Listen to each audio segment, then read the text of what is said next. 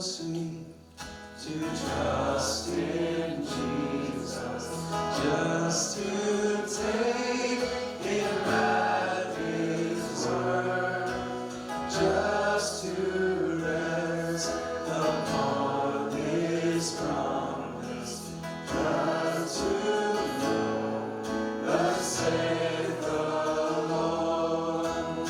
Jesus, Jesus, how I trust Him, how I prove Him o'er and o'er. Jesus, Jesus, precious Jesus, oh, for grace to trust Him more. Oh, for grace to trust Him more. Appreciate your grace with me. I'm getting over double pneumonia. I don't recommend it. So I've been coughing for a bit, but yeah, it's the first time it's really been an issue in one of these sessions. So good deal. Anyways, I don't mean it to be a distraction.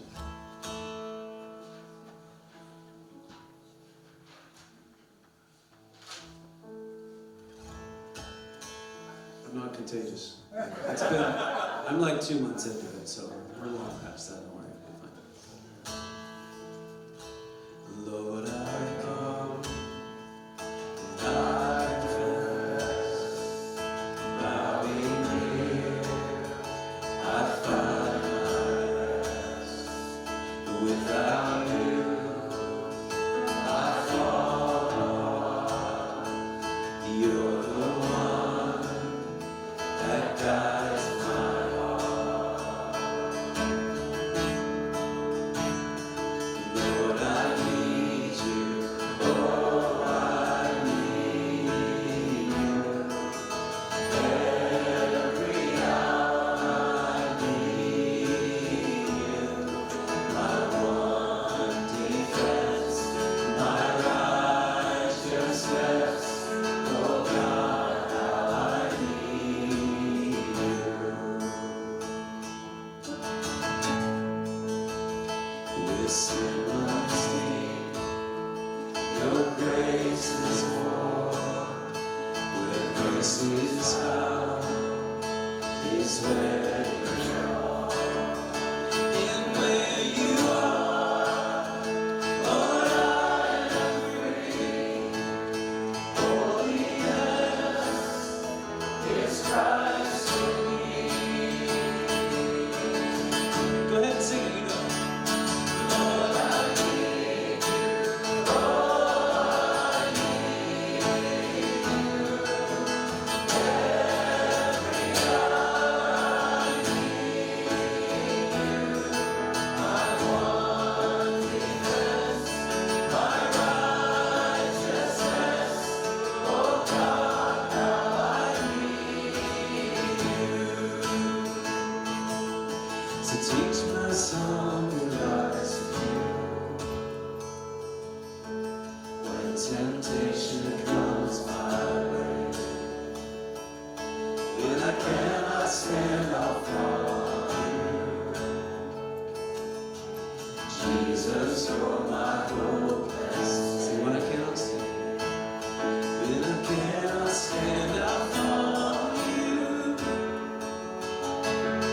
Jesus, you're my hope and stay. Lord, I need you. Oh, I need you. Every hour I need you.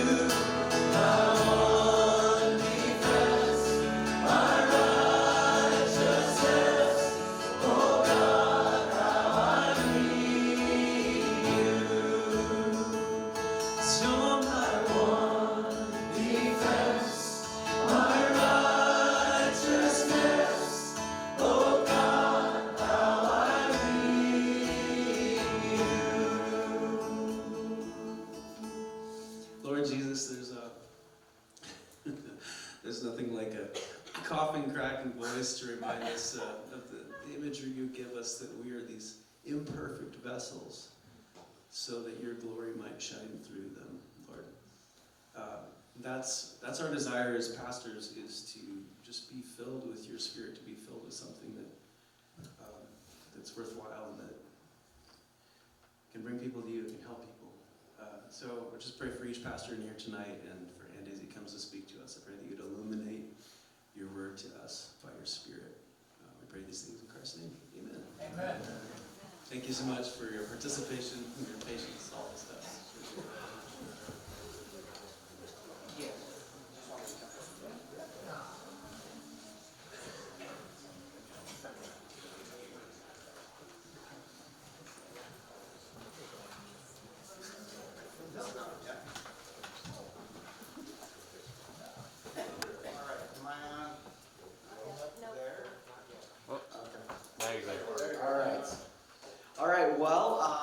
I think I finally have you all figured out. When I was, the first time, that I was presenting yesterday, I thought, this is the most note-taking group of people I've ever seen. Your heads were down taking notes, and then I realized you're all just writing jokes. So,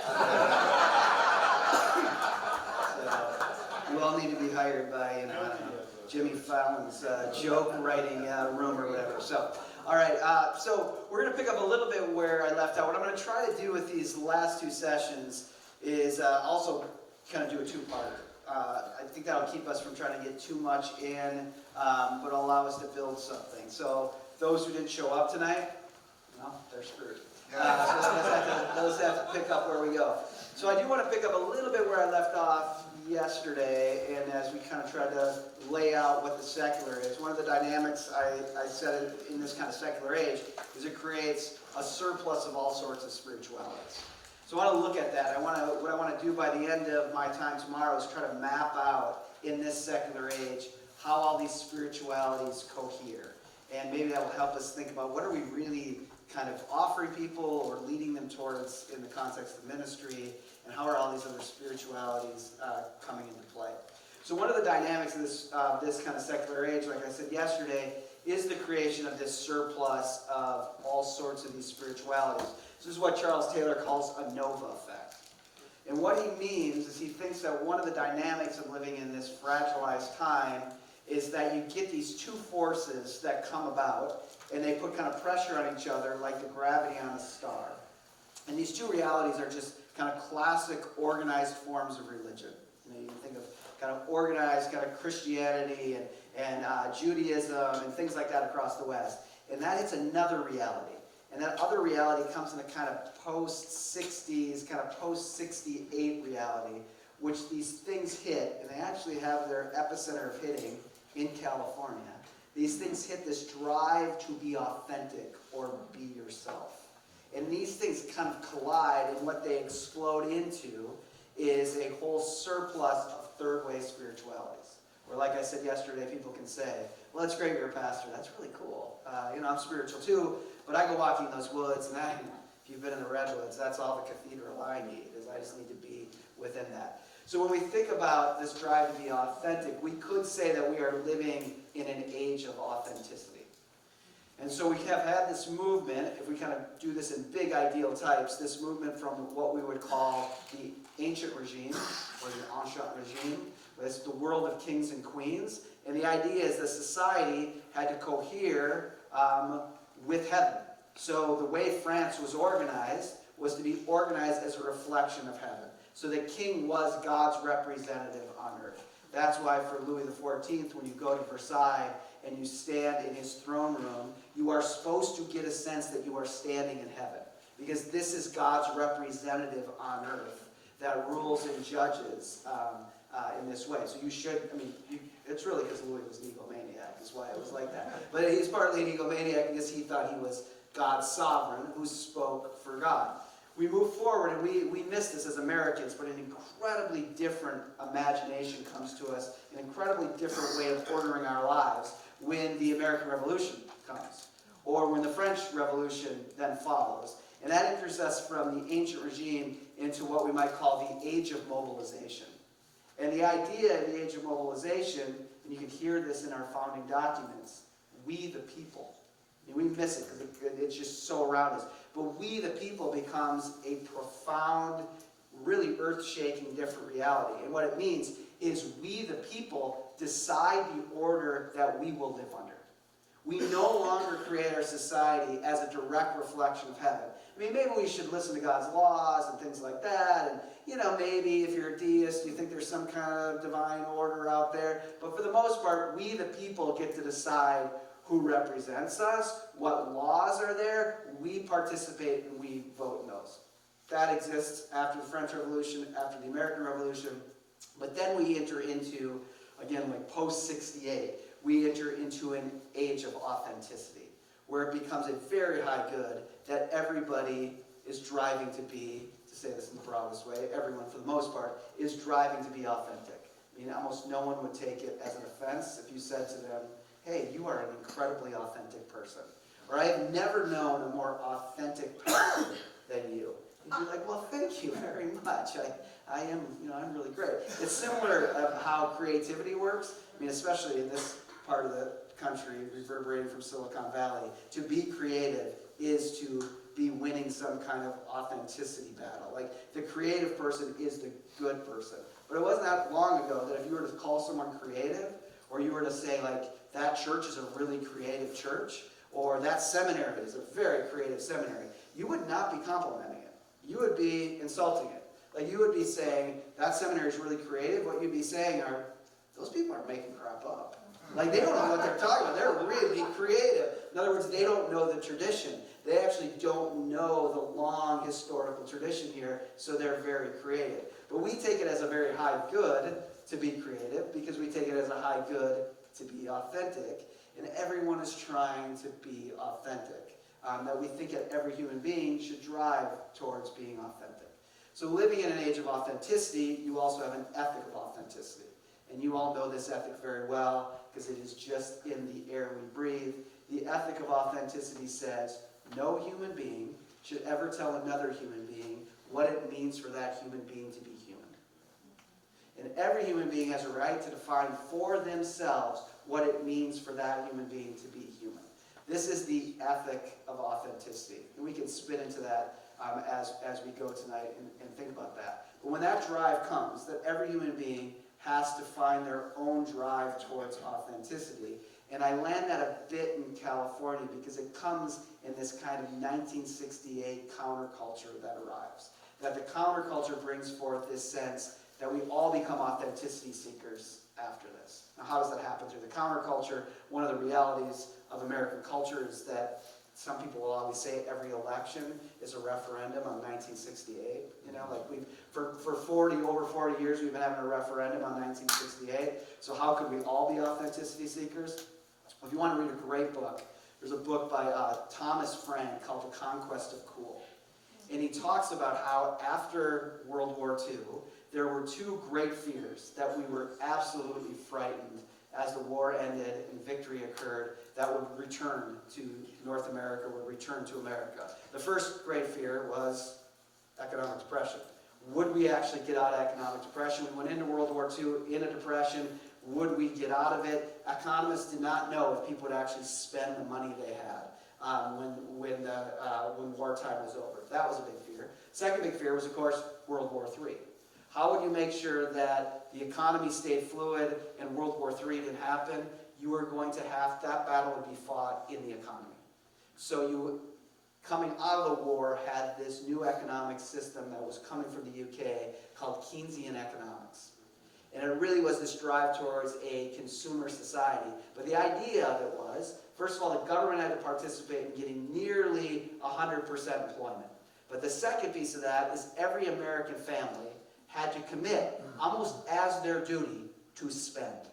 And the idea is if every American family became a small stream of spending, it would rush into a river of a great American economy. So into the 1950s, every American family needed to buy a Buick, get a refrigerator, have a TV dinner and watch Gunsmoke. So the arrival of an American consumer society comes about. But this is the 1950s, and the whole drive of this is really to conform. And it becomes your duty to buy. It's a lot better if you fought in the Battle of the Bulge in the European theater to now watch Gunsmoke and eat a TV dinner, but it's still your duty. Now, if you've watched the TV series Mad Men, this is this exact history. Matthew Weiner read Frank's book when he wrote this script. And in the 1950s into the early 1960s, Madison Avenue absolutely hated this whole conformist American society. First of all, they hated it because they thought, how do you get people to continue to consume if you're supposed to do your duty? I mean, if you bought a Buick last year, why do you need buy another Buick a year later? I mean, it's not a really good engine for continued consumption to just do your American duty and buy. And then the art departments in Madison Avenue just hated it. And there was just a group of these people, particularly young people, who just hated the organization, man. And this whole kind of culture of conformity. You can think about this. Like San Francisco has these suburbs where every house looked the same. And every man wore the same flannel suit, every woman the same plaid dress. It was a complete conformist society. Well, that's another reality. And the other reality is out of World War II, a bunch of professors came and started filling empty new seats in American universities. And some of them were Jewish and just immigrants from Nazi Germany. And as the war ended, they wanted to figure out what happened. How did one of the greatest European cultures ever created, one of the most sophisticated and educated societies ever, the 19th century, early 20th century German society, how did it get taken over by these thugs from Munich? How did that happen? So as they were trying to figure it out, they started to realize, or a theory was at least floated, that the problem with German society was that it was a conformist society. It followed its leader. It did its duty. It obeyed authority. And so you get Paul Tillich, who preaches a sermon in the mid-1950s at Union Seminary, who preaches against the evil of conformity. So conformity starts to be a real problem. But you have to sell these products in Madison Avenue. You are starting to get some cracks in a conformist culture. Well, it isn't until a bunch of suburban kids who have grown up in the belly of a consumer society decide that they're not doing it. They are not going to be conformists who follow their parents into some kind of corporate job. They're going to have their hair grow long, and they're going to listen to rock music, and they're going to dress in colorful clothes. And what Frank points out is that there were a few brands who looked at the counterculture, the early counterculture, and said, that's it. That's how you sell. You sell not because you don't buy because it's your duty. You buy because it's your most authentic way of being you. So Pepsi is the drink of the new generation, and Volkswagen does this, and they take on this kind of countercultural trope. So for the next decade, through consumer society, this ethic of authenticity gets spread out across the society, and we all become authenticity seekers now. We're all bohemians in one way or another. Well, that happens obviously in the Bay Area, it goes down to California, but this becomes the land of kind of authenticity seeking. It also becomes the land of surplus of all sorts of new spiritualities that arrive. So you get this sense of the Nova effect that occurs. And now into the 70s, 80s, and beyond, and particularly in our time, we have all this surplus of all these third way spiritualities that are there. So I like to think of it, like I said yesterday, maybe not as if you're not into stars and exploding stars, to think of it as a buffet. So now we do ministry in a context where all these spiritualities are equalized and they're all kind of there to partake in. And for the most part, I mean, we would all disagree with this, but for the most part, in the larger cultural zeitgeist, everyone's the same. So it really doesn't matter if you take Mass at a Catholic church or you go to a meditation retreat. Those are all kind of the same thing. If they work for you and they help you find your authentic self, what's the difference here? So you have this whole kind of buffet table. So what I want to do with tonight, and we can have kind of conversation as we do this, is kind of set a map. I want to map this buffet table, if you will, with you. And I want to do that. I hope it also helps us get a bit of a handle on why we're in such a heated culture war right now. I often do this a bit in fear and trembling, because when you're in a culture war, you can die in a culture war. but Haley's already taken us to every hot button issue there is. So I feel like, I don't know, you've had a picture of Donald Trump up and flags up, and thought, hey, I can't go wrong now. So I think I'm going to survive the room here. But this may give us a picture of just why we're so conflicted a bit too. So that map, I think, will help us. Then what we'll do the next presentation is I'll kind of put some of these spiritualities on that. Does that make a bit of sense? So you're going to get kind of two things: the map of this, all these spiritualities, and also a kind of way of maybe picturing what are the tensions within our kind of cultural reality right now. How do they play themselves out? So let's do this. Let's map this buffet. So we're really looking at the kind of dilemmas and conflicts inside modernity. So one of the things that happens with being modern people is I think what occurs is certain conflicts and struggles inside being modern. And one of the realities of that is even in the modern world, there are a group of people, which I think are represented with every one of us in this room, but exist across modern society, that there are still people who believe. That there are still people who believe in a transcendent reality, in a living God, and yet inside this modern reality, you don't have to believe that. There's a lot of people who don't believe that, but this creates all sorts of a different kind of cultural reality. So we often think of our culture as polarized. I mean, we're told over and over again that we are living in a polarized culture, that there are two sides in major conflict, and at one level that is really true, but I think it's more complicated than there just being two sides. I think one of the realities of a modern world is it doesn't create two sides that battle or fight or talk about things, but it actually creates three sides. That one of the reasons our cultural context is so confusing is because it's never just two sides against one side, but there's never one side against one side. It's always two sides against one, and they can kind of change places depending on what the issue is. All right, so to get a handle on these three sides, one of these groups, and this is people still in the modern world, I think like us, who still believe, and the two things, we could call these people beyonders. They still believe that there is something beyond. That even in a modern world, they still hold that there's something beyond. They believe, one, that there is something beyond death. I think maybe most of us in this room hold on to that. I can't always presume that with every mainline pastor I talk to. But there's a presumption that at least, maybe you don't think like it's exactly like the coloring sheet you did when you were in Sunday school, but there's still this sense that there must be something beyond death. So even in a modern world, there are people who hold on that there's something beyond death. They also, and this is very important, believe there's something beyond, hence the beyonder, the second beyond, that there's something beyond just human flourishing.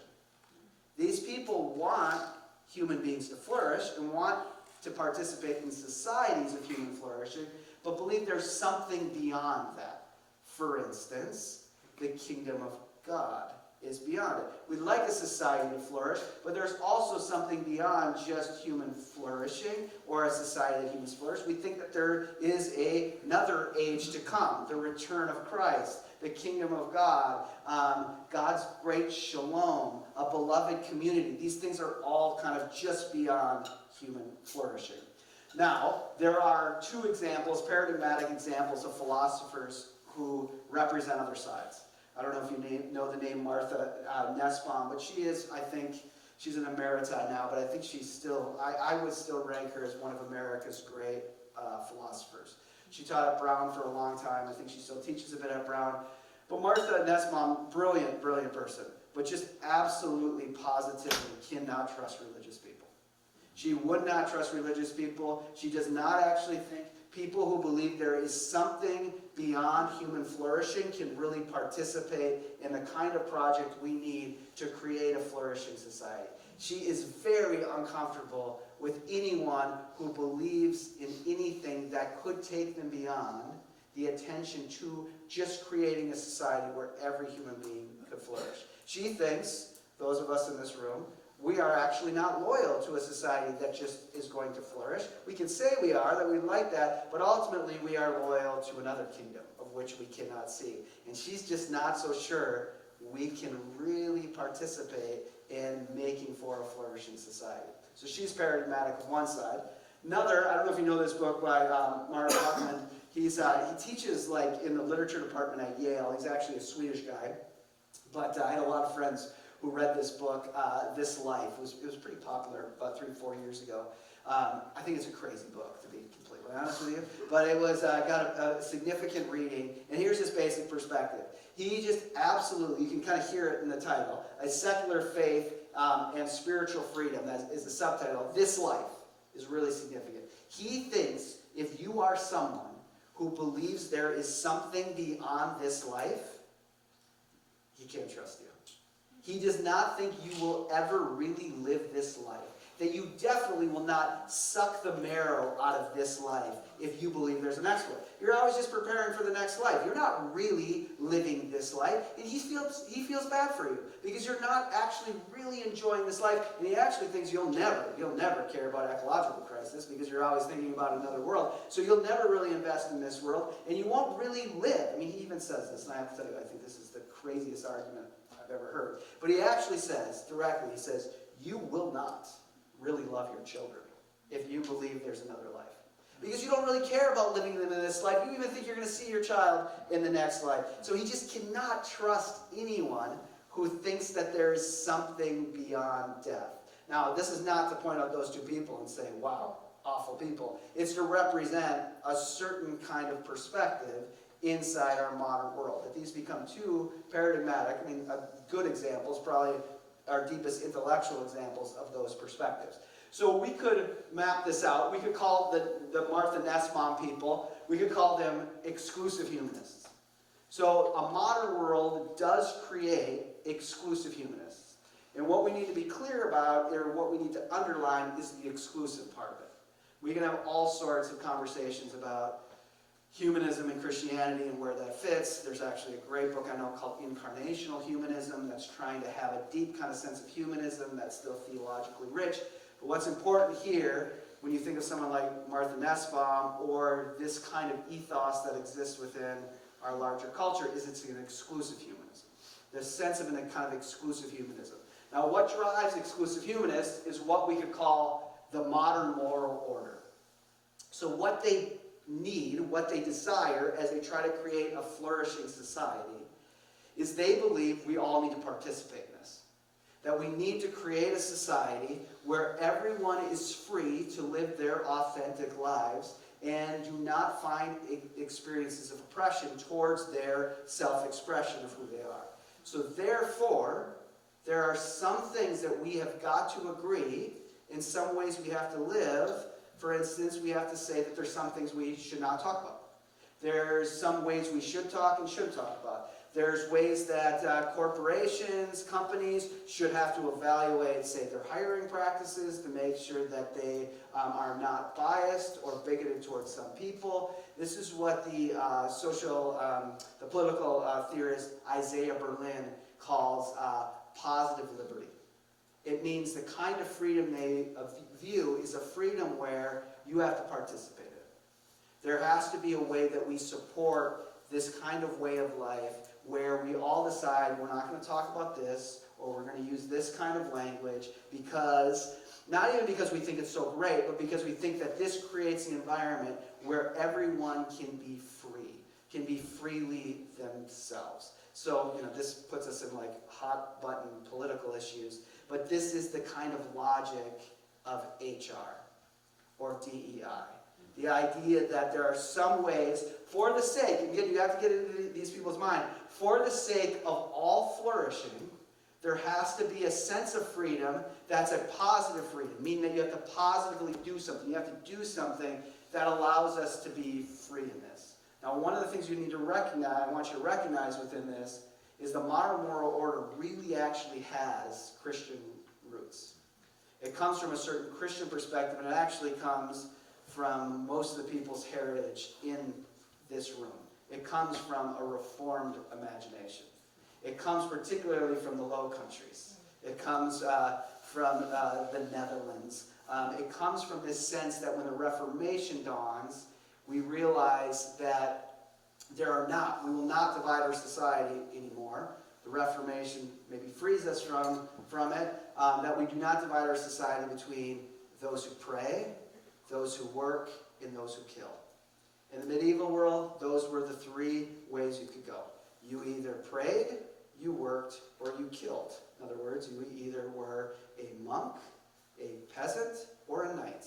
That's what you were. We decide after what the Reformation does is it takes that all down, and now we create a different world. And especially as Calvin gets involved in this, we create a world where it isn't built around those three modalities. Now, actually, like we said yesterday about the priesthood of all believers, your ordinary life matters. Your ordinary life matters. Now there's the affirmation of ordinary life. And now it actually, the way you live out, maybe even your election, is that you sell buttons.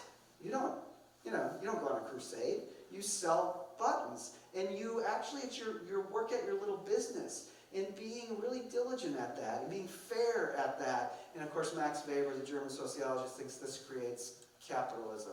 This interest to work hard and be austere still, not buy a private jet. So you reinvest the capital you make, but the whole idea is you keep working really hard, not because you want to be rich, but because, well, you live under double predestination, and you're not sure if you're saved or you're damned, but the best you can do is live a kind of basic, ordered life. And you can kind of feel the aura of Presbyterianism, and it comes through Scotland in some ways, and through the Netherlands in some ways, but you can kind of see that sense of proper and ordered and all that stuff. So it has that sense, but what that means is things like politeness become very important. We need to be polite, and so you have a sense that politeness and peace are good. They're good for business, they are good for the affirmation of our ordinary life. But as the modern epoch goes on, that gets disconnected from any imagination from God, and we start to have a sense that the modern moral order is creating environments where people are not oppressed for their gender, for their race, all of those realities. But we're trying to create a sense where we all participate in this. Does that make a bit of sense? So you see how this plays out here. All right, I'm going to keep pushing this. If you have questions, let me know. There's a second group, and this is very important. Yes, please, go. Let's go back. Going back to the exclusive Yeah. covenants, they are also concerned with people being authentic, though, right? Yes. Okay, so what do they do, but they want to have this moral order? What do they do with people who say, well, my authentic self doesn't agree with your moral order, and my authentic self says, I'm just using this as an example, that men should have rights over women, so that's how I express my authentic self. Or you could choose any of the other isms that we've talked about. What do they do with that? Because I'm just being my authentic self. You can't control me. You can't tell me not to be authentic. Yeah. What do they do with that? Yeah, there's a few ways. I mean, in this, to me, this points out, so let's go, let me first say this. I think there is something very good about the move towards authenticity. That there is a way that this says people who didn't get to speak before now get to speak of their experience. I do also think, to just have my cards on the table late at night here, it's very late for me, 2 hours earlier, so I cannot be held responsible for anything I say. We are no doubt living in a time of the excesses of that. Now, one of the things to say here about authenticity, I don't know how far in footnotes I want to go here, but one of the pushbacks from the very beginning. So Charles Taylor in 1991 gives these lectures on the CBC called The Malaise of Modernity. They become published as The Ethics of Authenticity. What he's responding to is Harold Bloom wrote a book in the mid-1980s called The Closing of the American Mind. And his basic point was, to sum it up very sophisticatedly, his basic point was, I've been teaching grade books courses for 30 years in elite universities. And I hate these kids. That's his basic point. Like these kids were in my classroom in the mid-1980s. I hate them. They scare me, they frighten me. And Harold Bloom is like a conservative. And he says, it's kind of actually humorous, he's like, I hated the counterculture. Like, I hated the 60s counterculture. But I would take those people over these kids. These kids are awful. And his whole point were they were hedonists. They were essentially hedonists because they would read about great moral, ethical conundrums in literature, And these, I mean, you have to think of this as like like the beginning of reality bites. Like the Gen X slacker is what he's kind of thinking about, which is kind of my generation, which I think was the best. But we won't go there. Those of us who listen to Pearl Jam. But he was with these kids. They would come to a moral conundrum and be like, well, was it right for them to do this? Clearly an unethical thing to do. And in his college classroom, these kids would be like, wow, who can say what's right or wrong? Like, I'm not that person, so I don't know if it was right to murder his wife or not. I wasn't there. He's like, this is complete hedonism. Like, this is awful. Well, Charles Taylor responds, and his response, because he's an interesting guy who's always kind of finding the middle ground, he says, you're right, there's a problem here, but it isn't free from any ethic. Now, one of the reasons he believes that is he doesn't think any human being can live a life without an ethic. This is, I think I was talking to you about meta-narratives. He just doesn't think that any human being can live a life without some sense of the good. You are always, what it means to be a human being is you have some sense, maybe tacit, maybe explicit, but some sense of what it means for you to live a good or a full life. And you're going for it. You can be totally wrong. I mean, this is a bad example, but Jeffrey Dahmer had a perspective of what it meant to live a good and full life. I could go really bad joke here, but I think we would all agree probably not good, but he had some sense that this gave him goods. So there's no way to live a human life without some goods. So he just refuses Bloom's perspective that these kids are completely hedonistic without any sense of the good. And he says what they're moved by, their ethic, is an ethic of authenticity. The drive is to be authentic. And he wants to say that could be really good because it opens up space for people to speak of their experience. It could backfire on us. And I think it has backfired on us because one of the issues of authenticity, which is driven by, which is a very old philosophical perspective, by old I mean the beginning of modernity, that goes back to Hegel, which is to say that freedom, one of the ways Hegel, one of the founders of this, not quite this, but we need him to get here, is the kind of freedom, Hegel thinks we are, what it means to the world, what's happening in the world, is a progressive movement towards freedom. He is the kind of first kind of liberal in the big L word that thinks that as history unfolds, it will always unfold towards more and more freedom. Now, I think since the 20th century, we're not sure we believe in progressive narratives of the world becoming a better and better place. But Hegel thought that. He thought as history unfolds, it will always unfold towards more and more freedom. But one of the ways you have to get freedom is you have to be recognized. You have to have recognition. And what Taylor wants to say is a big drive inside the age of authenticity is that it leads to the sense that there needs to be recognition. So what moves the modern moral order is that, for instance, when it comes to hiring practices, we cannot avoid the recognition of all human beings. And we actually have to check ourselves. The NFL has to commit that every time they interview for a new coach, they are going to interview someone from a not represented population because we have to make sure that there's recognition across this. You can see that there can be good realities here. What I worry about is that once recognition becomes recognition capital and it gets put on the internet, you enter into a very dangerous society. In other words, when you take the drive towards recognition and then it is embedded in an attention economy, and the internet itself, social media is basically driven by the need for you to recognize me. And one of the ways I get recognition is also to be really outraged and to bring more outrage in. Or to have certain kind of victimized narratives that play in as well. So part of the reality of this is that there are norms. There are major norms. But there also is a sense of recognition. So, yeah, I don't want to go too far into this, but in some sense, authenticity could mean live and let live. Live and let live. So, however you define the good for yourself, that's cool. Just live and let live, and I live and let live.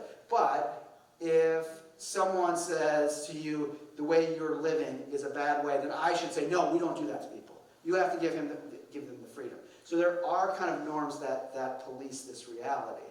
What I just worry about is once we are all in a competition, because there's just limited attention for who's going to get recognized more, it all of a sudden creates really very odd practices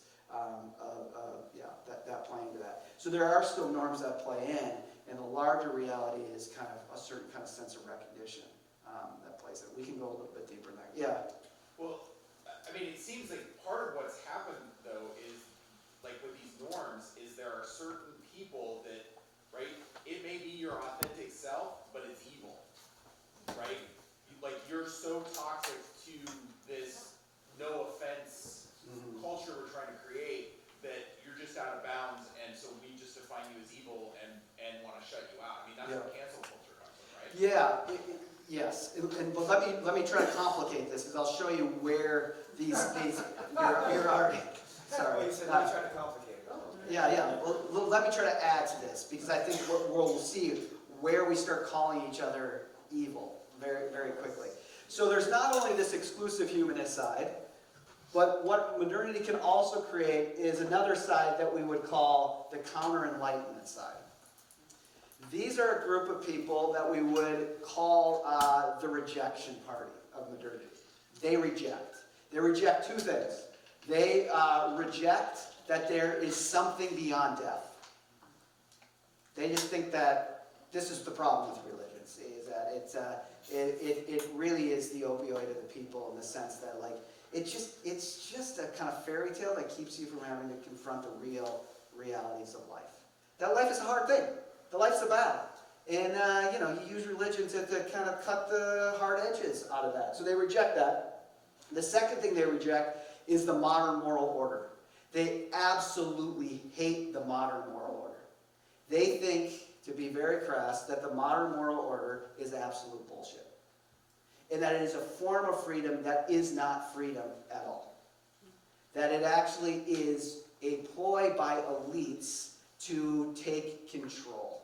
That the kind of freedom they believe is in what we would call negative freedom, or negative liberty, as Isaiah Berlin says. And what that means is that what it means to be free is not having anyone tell you what to do. You don't have to restrict the way you talk. My gosh, it's not freedom for the homeowners association to tell you what color you can paint your house or not. Freedom is, you can kind of start to pick up a sense of an American move west kind of reality here. There's a certain kind of sense of a different kind of heroicism that plays out. So instead of the modern moral order, what moves them is the will to power. And now you can start to hear this in our cultural discussions. What makes America great is it's a kind of land that you can, if you are strong enough, bold enough, good enough, you can make your own life. That's what makes America great. When the discourse of Make America Great is really against these exclusive humanists who are all embedded at Harvard University and try to tell you what it means to live your life. No, what it means is you can go and make your own life. That you have something heroic inside of you. Or maybe you don't. You'll lose. But, there's losers and there's winners. You can kind of hear this discourse almost everywhere. See, I don't do this anymore. Haley's much braver than I am. When we get this whole thing out here, I used to name names and put people on it. But I found, I so admire you. Because I found just putting the name Donald Trump up, people just go crazy. People just start shaking. But you can kind of hear the logic. We are at a moment where the kind of counter-enlightenment perspective has come back very strong. This kind of pushback against the kind of exclusive humanist side. This is why it is. It's absolute red meat to a base to say we're pulling funding from universities. And it also is a real critique, and there's been interesting books on this, real critique of American universities that have almost had complete faculties that are here. Which was not true 20 years ago, 25 years ago. And so there's something legitimate about pushing back on that. There's also something that can be quite devious. But you can see it's this kind of strong pushback. If you want another kind of cultural example, some of the most powerful counter-enlightenment texts right now are Tyler Sheridan shows. You watch Tyler Sheridan shows on Paramount Plus? So if you watched Landman with Billy Bob, or you've watched The Mayor of Kingstown, or the epic counter-enlightenment text of all text right now, Yellowstone. And these are very entertaining shows. I watch them. But the basic point are they are very much counter-enlightenment texts. I mean, they're based in places where it's rough. It's a difficult situation, whether a prison or a Montana ranch or an oil field. Like it's a place where you need hardened people. But the whole idea of this is that you are going to need, don't be so naive. Do not be so naive to think that you are not going to need a violent man to protect you from a violent man. Or actually, in Tyler Sheridan shows, some of the most violent people are the women. Like, you're going to need Beth from Yellowstone to bust some balls if you think you're going to, don't just expect that there isn't going to be a battle here. And the problem here with these people is they just think you can hug and HR people. And that will make them, no, you are going to need someone to, well, now you can hear You need to be a dictator. well, potentially, but I was thinking the Tom Cruise movie with you're going to need someone on, you want me on that wall, you need me on that wall. Few good men. You can kind of hear that reality. Now again, I want you to see, let's not just be prisoners of the moment. This has been here since the modern reality. That this kind of counter-enlightenment push has been there. So it is this kind of will to power, it's this kind of heroic reality. Again, see that this is a completely different understanding of what freedom is. Like this is, again, a positive freedom, and this is a negative freedom that plays in here. Now, what I also want you to see that's really important is this is not right-left politics. This is bigger and deeper than that. Right now in America, it is really clear this is the left and this is the right. But some of our minds spin because we remember when that was completely flipped. So if you were a Republican 30 years ago, you were here. You were the one saying, rap music has to have a label on it because you can't say these things. And you can't talk like that on TV. And it was the left that were counter-enlightenment. I mean, if you just think, for one example, like British punk is a leftist counter-enlightenment move. It's about being impolite, spitting in your face, but it's essentially socialist. Or you think of a philosopher today like Zizek, Zizek? Zizek's a kind of basically communist, a socialist on college campuses, like the certain kids love him. He's here. He's nowhere near right. He's as left as you can get in the kind of work right now, but he's a counter-enlightenment person. So this is deeper than just right-left politics. It goes deeper than that. This just becomes a kind of way that the modern world plays itself out. Does that make a bit of sense? Yeah. It's kind of like the movie Fight Club. What's that? It's like the movie Fight Club. Yeah, the movie Fight Club in many ways is like, The move from one. I have lived here. It has eaten my soul. What awakens me is to get punched in the face and to have this kind of heroicism. But it would be an interesting text. Like if you were one of my students, I'd be like, you should write on that. Because there's a kind of split personality within him, where he actually is both at the same time trying to figure this thing out. Yeah. Where does Berlin's idea of the two kinds of freedom, one for and one away from and one for?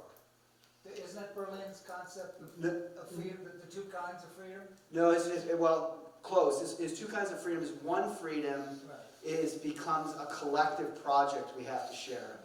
And the other freedom is that the ground is cleared for you to be able to live whatever kind of life you want or do what you want. So what's interesting is that Charles Taylor, his student, his teacher is Isaiah Berlin. Yeah. So he wrote his dissertation under Isaiah Berlin. And Isaiah Berlin once said the difference between me and Charles Taylor is Charles believes in a positive liberty and I believe in a negative liberty. And why he did that is because Isaiah Berlin taught at Oxford, but he came to Oxford because he was from Lithuania, and the communist revolution came. So is not the negative freedom the freedom from as opposed to the freedom for? No, it's a little different than that, because that's, I mean, I hear where you're going, a freedom from, a freedom for. There's a correlation, but Luther does that. Okay. That what it means to be, and then Bonhoeffer does that in Creation and Fall, the difference to be free for your neighbor or free from your neighbor. Right. It's a bit different, because this side would say it is about being free for, but that free for has no direct correlation to God necessarily. Okay. It's not God who puts the demand on you for your neighbor. Though I think we could say, if you mind deeply, none of these perspectives could exist without a certain kind of Christian imagination deep within them, but they cut it off. Just back to Berlin, I mean, you can see why he would want a negative liberty, because communism was a very positive liberty. Everything to the point of you have to serve the state. And he didn't want the state telling us what to do. If you also, I mean, we are on, wobbly ground here, but this was the battles in our country over COVID. Some who felt like positive liberty, wear your mask. Others who felt like the government should never tell me what to do or when I can worship. And back and forth we went within that reality. And it was really a battle between positive liberty and negative liberty. And both sides couldn't understand why the other side didn't see that this wasn't freedom that the other side was representing. I mean, it's a bit more complicated than that, but you can see how that plays out. Now, what I want you to see is that there are these beyonders too that play in. Now, I think what's happened here, or why we can know that these two play out here, is because of their response to the beyonder perspective. So again, I want you to see there's these three at play. But where Charles Taylor says this, he says, it seems hard to avoid one of these criticisms without impaling yourself on the other. Now this is what he means. Is you can see that there are two sides at play because of how the two sides respond differently to religion. So one says, the problem with you people who hold to something beyond, the problem is that you tell people that they're not good in themselves. You tell people there's something wrong with them. You tell people that they're not just lovable in and of themselves. And then the response inside the modern reality, the pushback to that is we say, no, you don't understand. No, you don't understand. You don't understand what we believe. What we believe is that everyone is loved.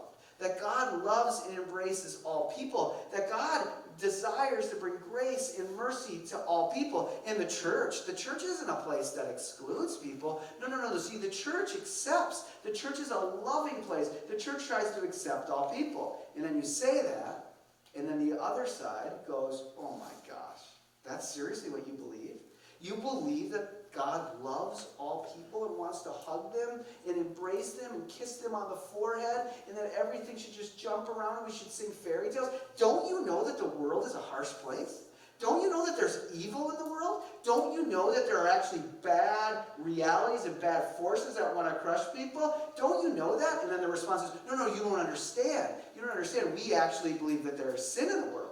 We believe that people are broken. We believe God has an answer to evil, and God will smash evil. And the church is a place of strength where we speak against evil and injustice. The church is God's gym. And then the other side hears that and goes, there it is. See, you don't believe people are just accepted as they are. You believe people are sinful and bad. And back and forth it goes. And his point is, if you're not impaled by one horn, you're impaled by the other. So religion is either repressive, it tells people they're not enough. It tells people there's not something innately good about them.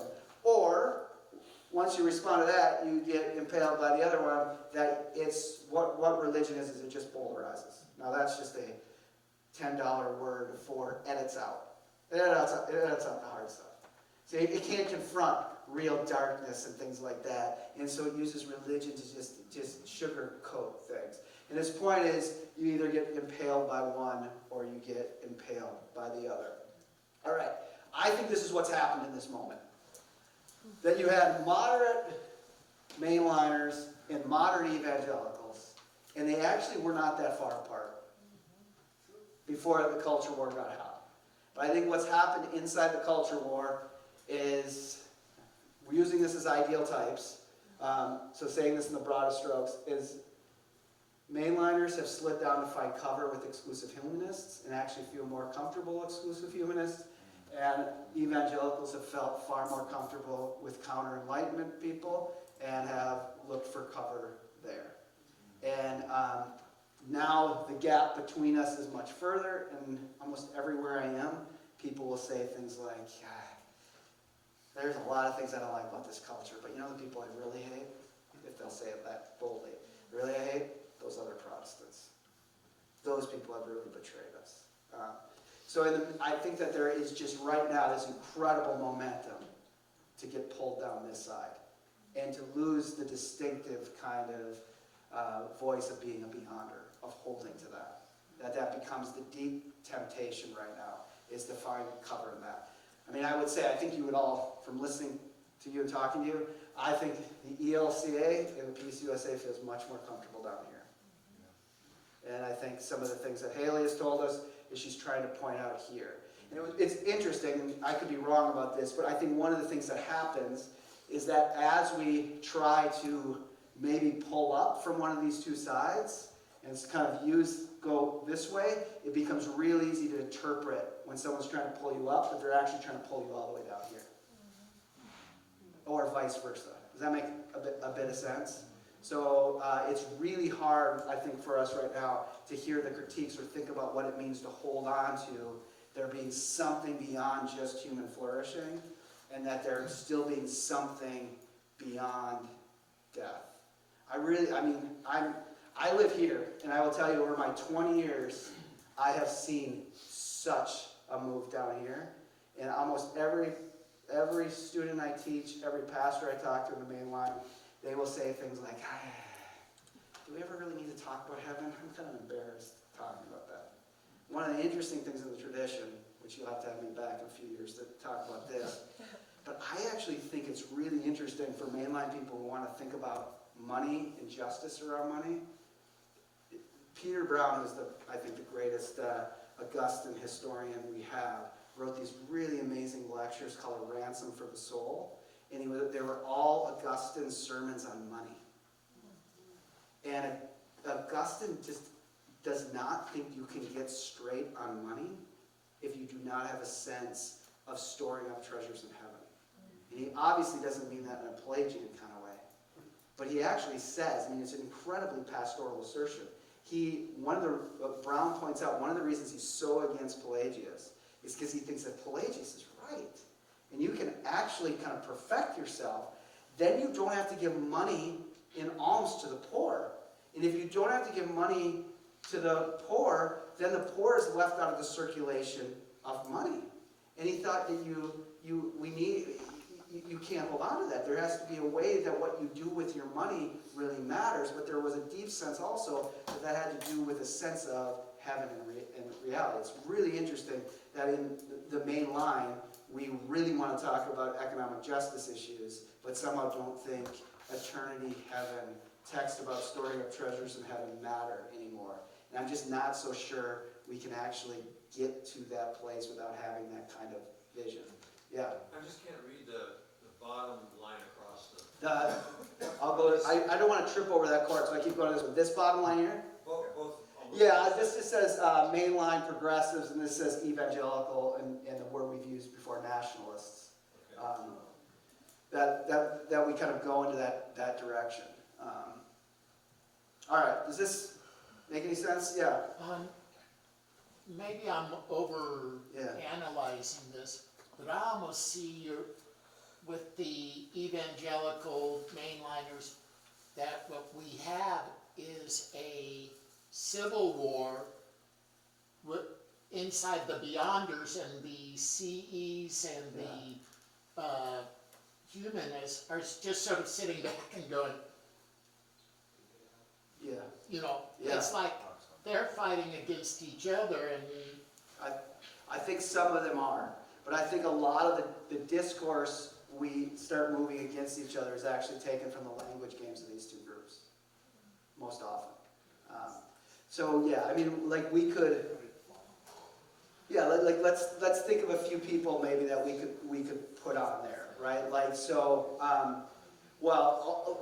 let me try this one with you. Like this, and again, this is a diagram, so it is not scientific, and it's just trying to get your imagination going. And there's all sorts of problems, like saying your GPS is actually the valley down here. It's not. So there are major problems here. But I wondered, like this helped me think about this. If you were to put Donald Trump right here, right at the bottom here. I mean, I think it's an argument. Is Donald Trump the first truly counter-enlightenment president we've had? Maybe Andrew Jackson was. But, he's definitely plays this kind of counter-enlightenment piece. Now, the other thing to say is you can't live on the point. None of us can. That's part of the conflicts and dilemmas about being modern. You cannot live on the point. You're always pushed to one. And depending on what the issue is, I gave this presentation once to a group of pastors, and I had one say, I feel like I'm all three. You are. That's what it means to be modern. All three are in you. And depending on what the issue is, you may lean one way or another. But this is why it creates such a weird cultural context, because you will find in Maine, this happened, where these incredibly anti-church libertarians teamed up with homeschool moms to fight the government about schooling and funding for schooling. Do you see what I mean? These are two very different sides, and depending, you put in funding for schools, and they start to team up against different ways. This is what Taylor means by it's always confusing, because it's always three sides against each other, and you yourself are kind of moved around that. So to put people on it is basically unfair, because people are more complicated than that. But you could put Donald Trump right here. You also could put Hillary Clinton and Harris right there. Now, Clinton's interesting because Clinton has a deep Methodist faith. She really does. But she never talked about it. Over and again, like on the campaign trail, never talked about it. So then you put, let's just say, you put evangelicals who voted for Donald Trump. This was a hell of a long way to go. This couldn't really stomach it, but it was shorter. But then you put Joe Biden right there, who will talk about the importance of his Catholic faith and the death of his son. And in 2020, he gets enough votes to be there. I mean, again, I would not write an article on this being scientific, but it gives you a kind of sense of how this functions. So yeah, I mean, I think you could put another person you could put here, like Mark Driscoll, right here. He is basically pastor as WWE wrestler. But you could put over here Shane Claiborne on this side. And you see the real difference. You could put Charlie Kirk right here, kind of right in here, and this, which is why I have a lot of mainline pastors after Charlie Kirk's assassination who didn't even know who he was. It didn't make any sense to them as young men were coming to their churches saying, I need to pray for Charlie Kirk, I'm so sad about this. And it wasn't even that they didn't feel comfortable, they didn't even really know who this person was because they lived so here. Right? I had a Pentecostal student who I put Joe Biden right here, and he just could not imagine how I could do that. Joe Biden was like the worst person he could ever think of. So there's a kind of similar, if you will, kind of blindness on across this. But if you wanted to put other people, like you could put Joe Rogan right here. And Joe Rogan's interesting because he has never been right or left politics, but he's always been right there. And as the parties have changed, he's kind of stayed kind of right there. If you want some examples of some Beyonders, I think that's helpful, like a few people Beyonders. The French mystic Simone Weil would be a Beyonder. I think a hero of the modern period, Desmond Tutu, a Beyonder. And I think Desmond Tutu is a very good example because Desmond Tutu refused to allow either of these sides to frame what it would mean to do reconciliation after apartheid. I mean, reconciliation is a word he uses that allows for a Beyonder perspective. To allow for any retribution to happen or what would come after apartheid, he demanded that there be a kind of Beyonder perspective to do that. So I'd put those two there. I would put Dietrich Bonhoeffer right here. And I would put the The original Beyonder, the very original Beyonder of all Beyonders, a little guy from Denmark named Soren Kierkegaard is the true Beyonder of all Beyonders, where he can say, there are no Christians in Denmark.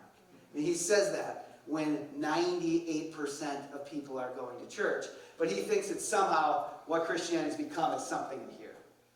It has no idea about what it means to hold to the absurd paradox of the God-man. That's utterly absurd. Yeah, please. I find myself thinking that, there's been a lot of revenge politics. Yeah.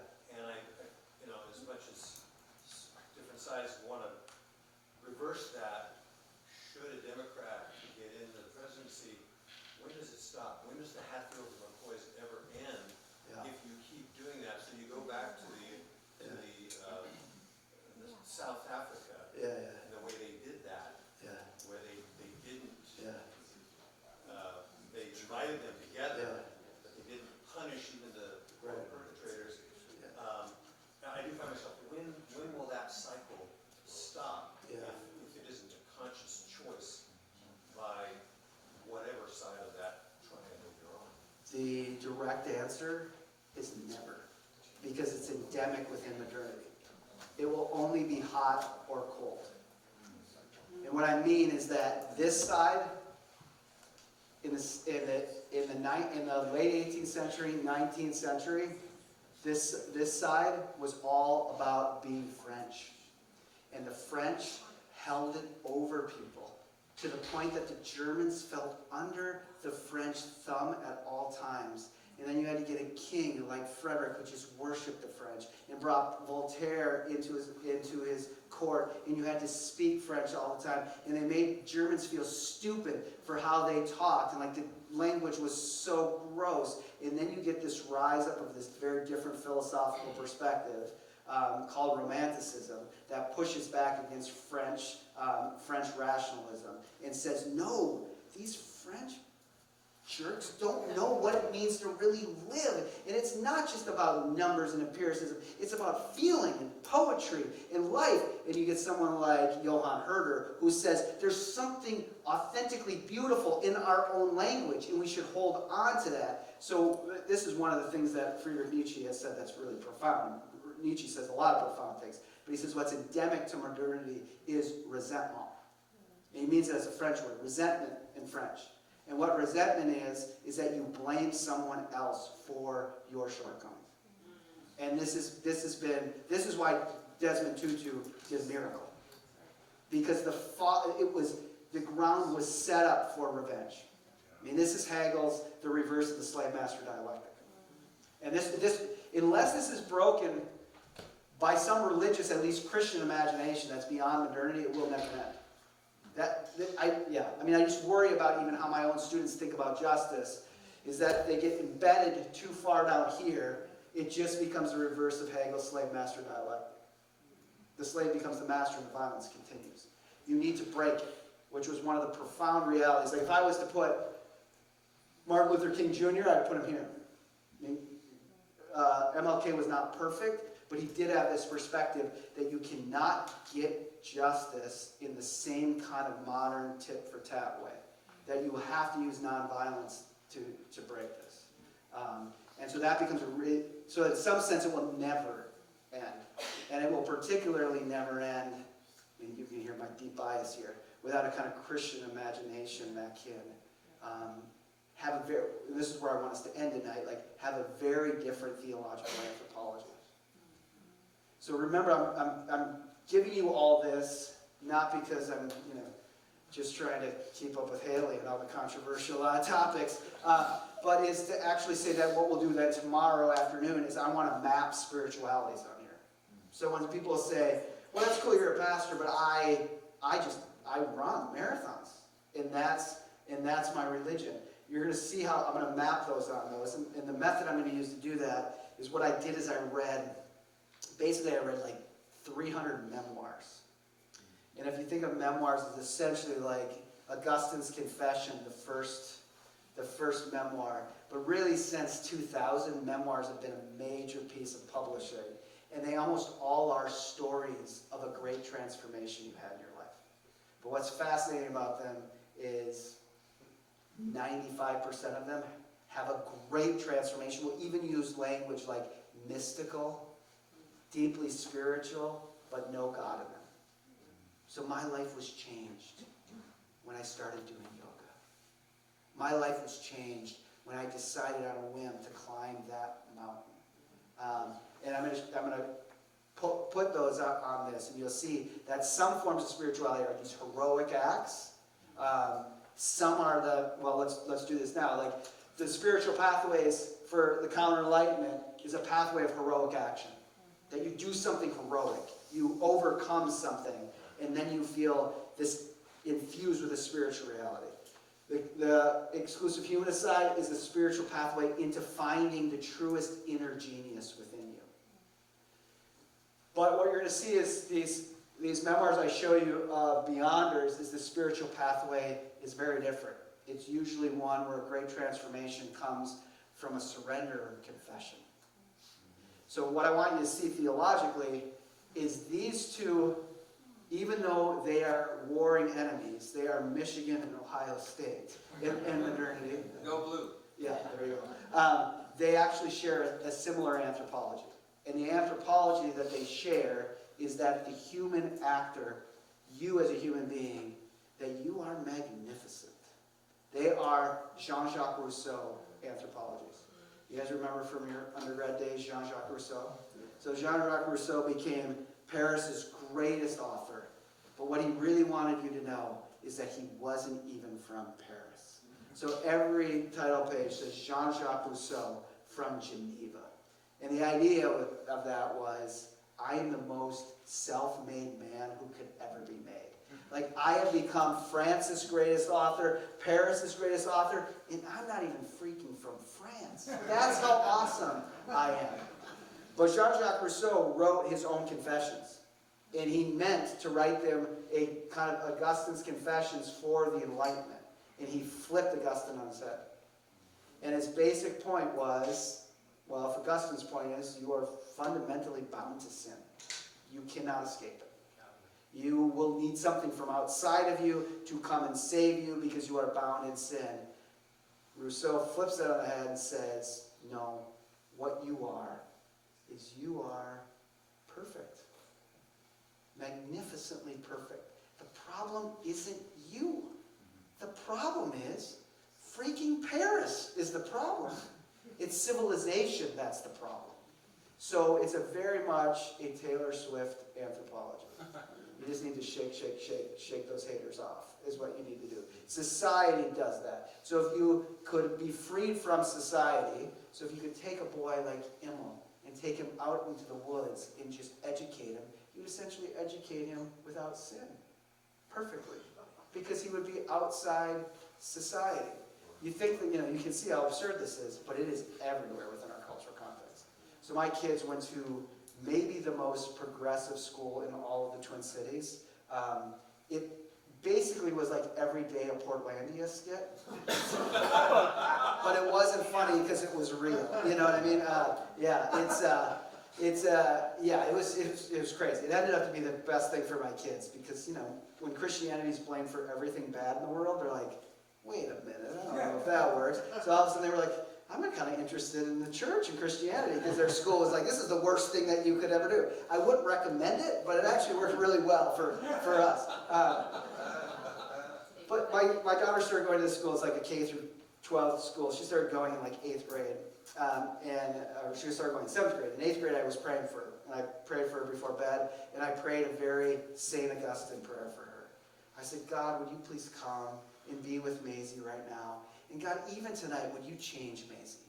Would you bring a great change through your spirit and just bless her and change her, God? Would even tonight you change her? Amen. And I kissed her on her head. And then she looked at me with her big, 13-year-old, 12-year-old eyes and goes, but Daddy, why do I have to be changed? Aren't I perfect just the way I am? Jean-Jacques Rousseau got into her. And this is the kind of cultural reality. So the story I'll end with is we were in Paris as a family in 21. So Europe had just opened after the pandemic. There were still curfews. in France and around Paris. But we discovered that we would be in Paris, our last day in Paris would be the lifting of the curfews. So you had to be like in your place at midnight, and our last day would be like, it would be over. And we thought, this is going to be great. Our last night, we just spent the whole night on the Seine. And if you've ever been in Paris in a night, like everyone's just drinking wine, and thought this is going to be a huge party because, you know, it's the end of the restrictions. This is going to be amazing. And so we were getting all geared up for this all day, but we're old. So 9 o'clock came, and we're like, I don't know, let's just go to bed. I'm too tired of this. But you could feel it, like all of Paris was just beating, just waiting to erupt with celebration, and something about what it meant to be Parisian was coming back. And then right around 7 o'clock, all of a sudden all these young adults, we were just kind of staying by the Sorbonne, and all these young adults were gathering, and the wine was coming, and the Bluetooth speakers, and the card tables where people would eat all their cheeses, because you had to have millions of cheeses. It was all going to happen.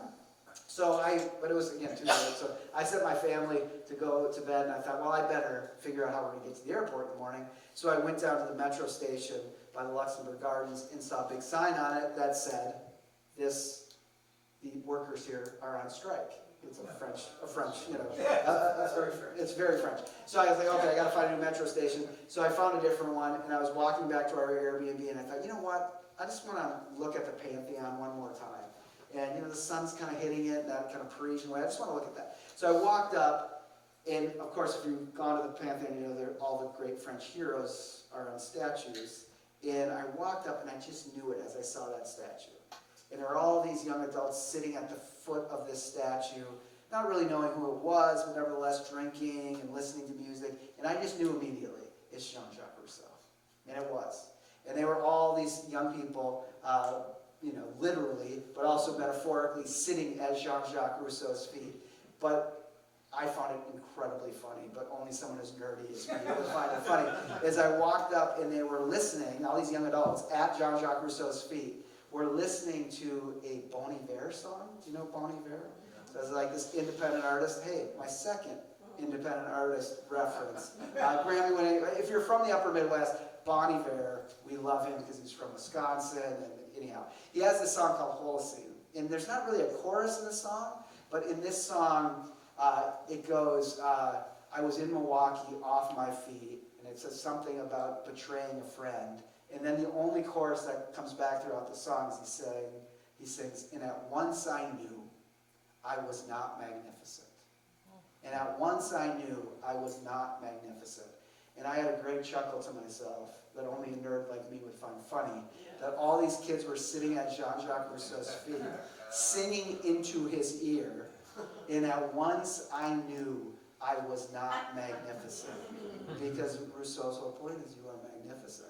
What I'm going to show you tomorrow as we look at these memoirs is these two have that anthropology. This very high anthropology that says you are magnificent.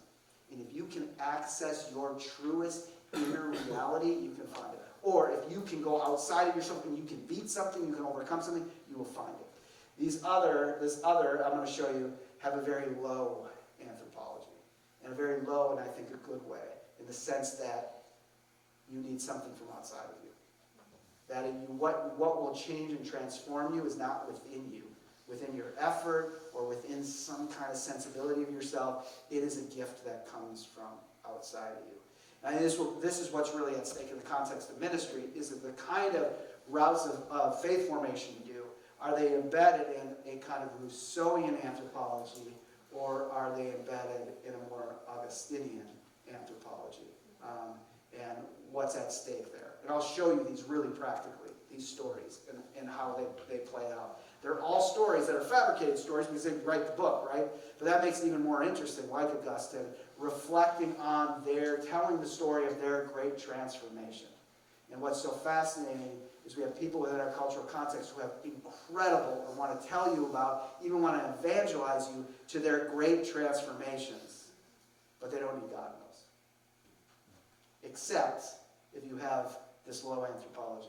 You're going to see these people who are not even church people all of a sudden find a living God because they come from a very different place and needing something outside of them to come and meet them, as opposed to accessing some kind of magnificence within themselves. So, this was pretty theoretical. At that level, we're going to feet on the ground, and I show you these memoirs as we go. I'm going to stop right there. All right. I will look forward to the Jeff Ross roast at lunch and see how I did and the way we can point out all my shortcomings. I'm looking forward to it. Thank you. So it's a good thing that we've scheduled in a whole evening of Q&A, because we are past our time for Q&A. But that kind of makes sense because we're getting a lot of stuff. So, so have a great evening, and we'll see you bright and early in the morning. Great.